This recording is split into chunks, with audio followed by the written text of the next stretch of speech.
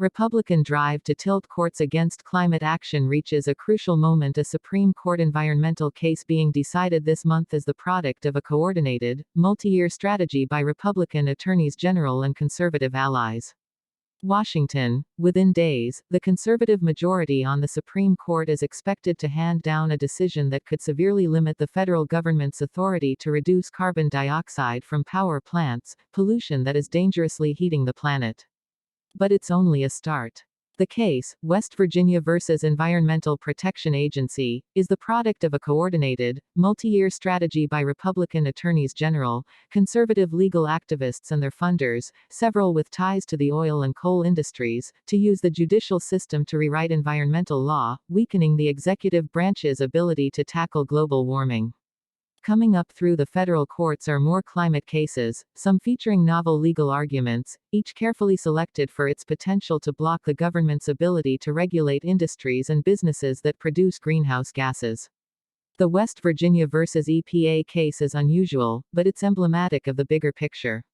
AGs are willing to use these unusual strategies more, said Paul Nolet, a professor of political science at Marquette University who has studied state attorneys general. And the strategies are becoming more and more sophisticated.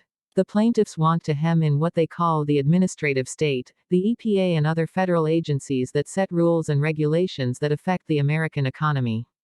That should be the role of Congress, which is more accountable to voters, said Jeff Landry, the Louisiana Attorney General and one of the leaders of the Republican group bringing the lawsuits. But Congress has barely addressed the issue of climate change. Instead, for decades it has delegated authority to the agencies because it lacks the expertise possessed by the specialists who write complicated rules and regulations and who can respond quickly to changing science, particularly when Capitol Hill is gridlocked. West Virginia versus EPA, number 20-1530 on the court docket, is also notable for the tangle of connections between the plaintiffs and the Supreme Court justices who will decide their case. The Republican plaintiffs share many of the same donors behind efforts to nominate and confirm 5 of the Republicans on the bench: John G. Roberts, Samuel A. Alito Jr., Neil M. Gorsuch, Brett M. Kavanaugh, Amy Coney Barrett. The pattern is repeated in other climate cases filed by the Republican attorneys general and now advancing through the lower courts. The plaintiffs are supported by the same network of conservative donors who helped former President Donald J. Trump place more than 200 federal judges, many now in position to rule on the climate cases in the coming year. At least 2 of the cases feature an unusual approach that demonstrates the aggressive nature of the legal campaign. In those suits, the plaintiffs are challenging regulations or policies that don't yet exist. They want to preempt efforts by President Biden to deliver on his promise to pivot the country away from fossil fuels, while at the same time aiming to prevent a future president from trying anything similar. The stakes for climate victory for the plaintiffs in these cases would mean the federal government could not dramatically restrict tailpipe emissions because of vehicles' impact on climate, even though transportation is the country's largest source of greenhouse gases.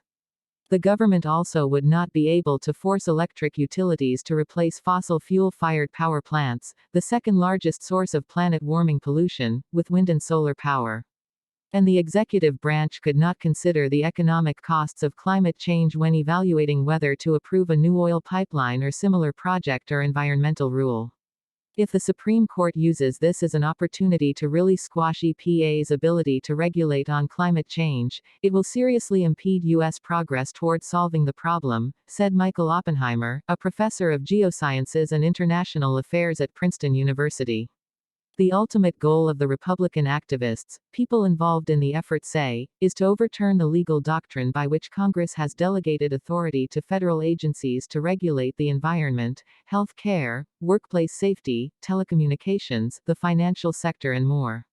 Known as the Chevron deference, after a 1984 Supreme Court ruling, that doctrine holds that courts must defer to reasonable interpretations of ambiguous statutes by federal agencies on the theory that agencies have more expertise than judges and are more accountable to voters. Judges are not experts in the field and are not part of either political branch of the government, Associate Justice John Paul Stevens wrote in his opinion for a unanimous court. But many conservatives say the decision violates the separation of powers by allowing executive branch officials rather than judges to say what the law is. In one of his most famous opinions as an appeals court judge, Associate Justice Gorsuch wrote that Chevron allowed executive bureaucracies to swallow huge amounts of core judicial and legislative power. The constitutional dispute is not necessarily political, because the Chevron deference applies to agency actions in both Republican and Democratic administrations. But conservative hostility to the doctrine may be partly rooted in distrust of entrenched bureaucracies and certain kinds of expertise.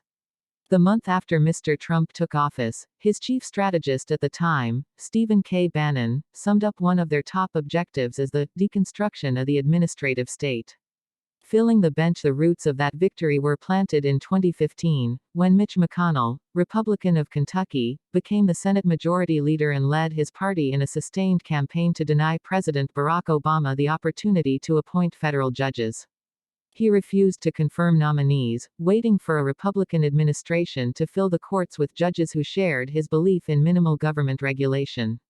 He was also motivated by the dying coal industry in Kentucky, which could be wiped out by new EPA rules aimed at slowing pollution from fossil fuels. Fighting the EPA is mom and apple pie in Kentucky, said Neil Chatterjee, Mr. McConnell's former energy policy aide. Mr. McConnell's effort ensured that Mr. Trump inherited not just an open Supreme Court seat but 107 additional judicial vacancies. Then in stepped Leonard A. Leo.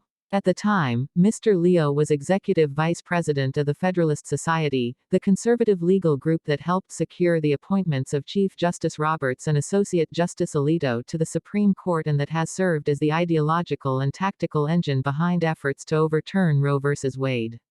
Some of the many donors to the Federalist Society include Koch Industries, which has fought climate action, the Sarah Schaeff Foundation, created by the heirs to the Mellon oil, aluminum and banking fortune, and Chevron, the oil giant and plaintiff in the case that created the Chevron deference. Mr. Leo worked with Donald F. McGahn too, Mr. Trump's White House counsel and another longtime Federalist Society member, to vet and recommend judicial candidates to the president. Mr. McGahn was forthright about his criteria. Speaking at the Conservative Political Action Conference in 2018, Mr. McGahn was asked about the White House focus on undoing Chevron. "Well, it's not a coincidence," he said. "It's part of a larger plan, I suppose. There is a coherent plan here where, actually, the judicial selection and the deregulatory efforts are really the flip side of the same coin," Mr. McGahn added. Mr. Leo also helped steer the Judicial Crisis Network, a nonprofit advocacy group that ran campaigns to help Associate Justices Gorsuch, Kavanaugh and Coney Barrett reach the Supreme Court, and to install dozens of other like-minded judges on lower courts. In total, Mr. Trump appointed 3 Supreme Court justices, 54 appeals court judges, and 174 district court judges. By comparison, Mr. Biden has, to date, appointed 68 federal judges. Tangled Connections. One of CRC Advisor's biggest clients is the Republican Attorneys General Association. Another is the Concord Fund, the advocacy group that is the latest incarnation of the Judicial Crisis Network. The fund is also the largest financial backer, by far, of the Republican Attorneys General Association. Since 2014, the Judicial Crisis Network, now the Concord Fund, has poured more than $17 million into the campaigns of the Republican Attorneys General. In the current electoral cycle, the Concord Fund has contributed $3.5 million, several times more than the next biggest donor, the U.S. Chamber of Commerce, with $800,000. The identities of the fund's donors are hidden from the public. The fund is not legally required to disclose them.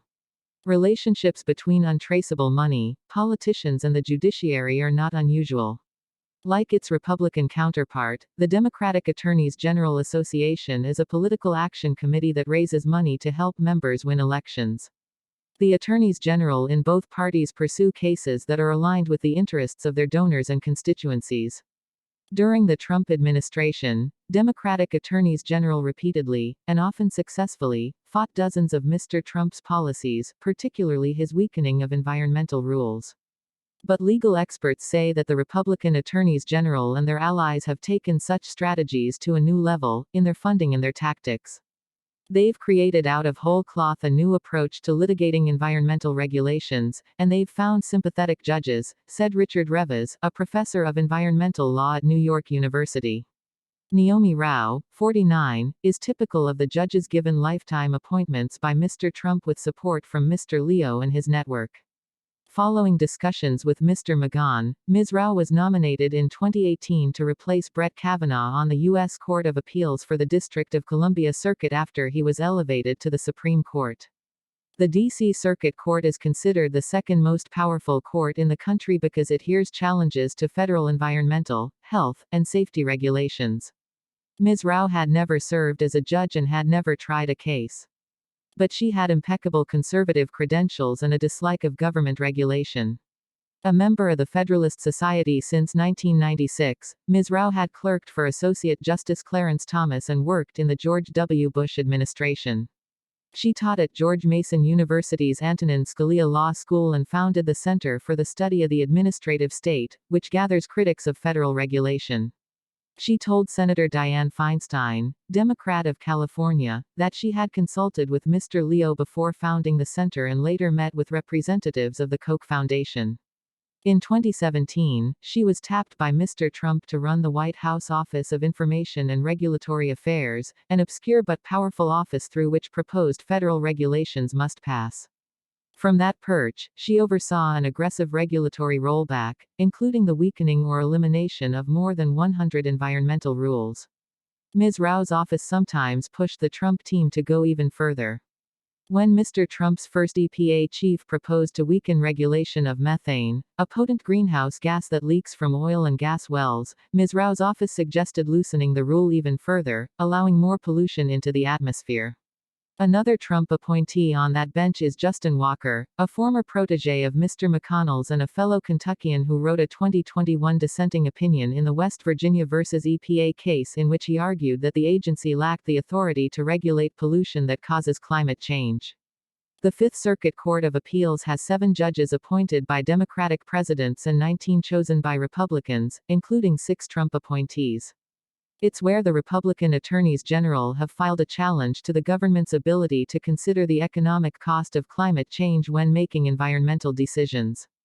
On that bench is Andrew Oldham, a Trump pick who was once Deputy Attorney General of Texas. In that role, he worked on the West Virginia versus EPA climate case, and said in a 2016 speech that climate regulation and the EPA itself are just utterly and fundamentally illegitimate. To the same panel, Mr. Trump appointed Don Willett, a former fellow at the Texas Public Policy Foundation, a conservative research organization that has received substantial funding from Charles and David Koch and aims to explain the forgotten moral case for fossil fuels, by arguing that they shield the poor from higher energy costs. Judges Rao, Walker, Oldham and Willett did not respond to requests for interviews. A new legal approach. The West Virginia case is largely concerned with a line of attack related to Chevron, also rooted in arguments about the separation of powers, which holds that Congress should use plain and direct language if it is to authorize sweeping actions by administrative agencies that could transform the economy. What we're looking to do is to make sure that the right people under our constitutional system make the correct decisions, Mr. Morrissey, who argued the West Virginia versus EPA case before the Supreme Court, said during a public appearance in Washington in February. These federal agencies, don't have the ability to act solely on their own without getting a clear statement from Congress.